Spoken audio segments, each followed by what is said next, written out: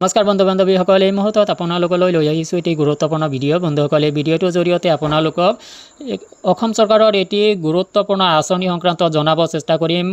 নতুন এটি আঁচনি, মুখ্যমন্ত্ৰী নিযুত মইনা আঁচনি 2024। আৰু এই আঁচনিৰ অধীনত সকলো ছাত্ৰ ছাত্ৰীয়ে লাভ কৰিব 10,000 টকা আৰু 12,500 টকা।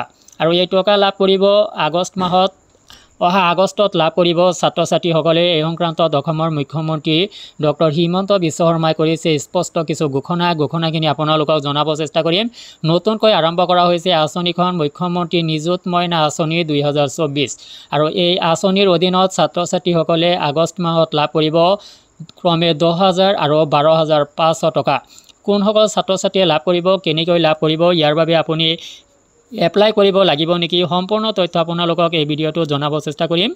মূল ভিডিঅ'টোলৈ যোৱাৰ আগতে আপোনালোকক জনাম, চৰকাৰী বেচৰকাৰী যিকোনো ধৰণৰ আঁচনি সংক্ৰান্তৰ খবৰবোৰ নিয়মিতভাৱে লাভ কৰিবলৈ চেনেলটোলৈ যদি নতুন আহিছে চেনেলটো ছাবস্ক্ৰাইব কৰি ল'ব। ভিডিঅ'টো ফেচবুকত চালে পেজটো অৱশ্যেই ফ'ল' দি ল'ব। HSLC HS উত্তীৰ্ণ ছাত্ৰ ছাত্ৰীৰ বাবে 12,500 আৰু 10,000 টকাৰ সুবিধা নিশ্চিত কৰিলে হিমন্ত বিশ্ব শৰ্মাই।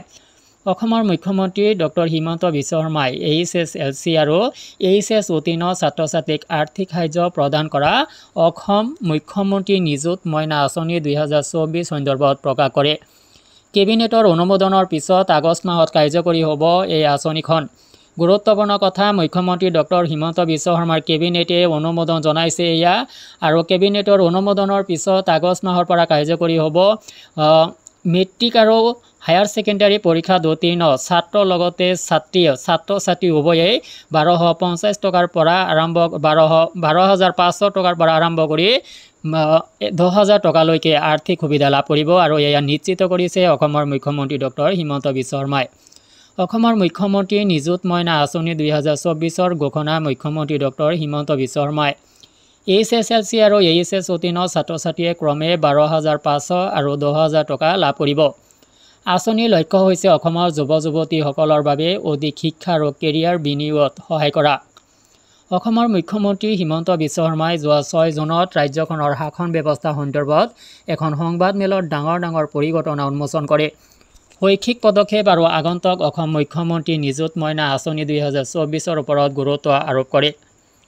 ঘোষণাৰ সময়ত শৰ্মাই আঁচনিখনৰ মূল বিধানসমূহৰ ৰূপৰেখা দাঙি ধৰি কয় যে অসম মুখ্যমন্ত্ৰী নিযুত মইনা আঁচনি 2024ৰ অধীনত HSLC আৰু HS উত্তীৰ্ণ ছাত্ৰ ছাত্ৰীসকলে প্ৰত্যেককেই ক্ৰমে 12,500 আৰু 10,000 টকাৰ আৰ্থিক সুবিধা লাভ কৰিব। তেওঁ আৰু বিশদভাৱে কয় যে এই পুঁজি সমূহৰ বিতৰণ কাঠামো চূড়ান্ত কৰিবলৈ ৰণোজ পেগু আৰু চন্দ্ৰমোহন পাটোৱাৰীৰে গঠিত এখন কেবিনেট উপ সমিতি গঠন কৰা হৈছে। মুখ্যমন্ত্ৰীয়ে জোৰ দি কয় যে আগষ্ট মাহৰ পৰা এই আঁচনিখন কাৰ্যকৰী কৰা হ'ব। ৰাজ্যিক কেবিনেট বৈঠকৰ সময়ত এই সিদ্ধান্ত আনুষ্ঠানিকভাৱে অনুমোদন কৰা হ'ব।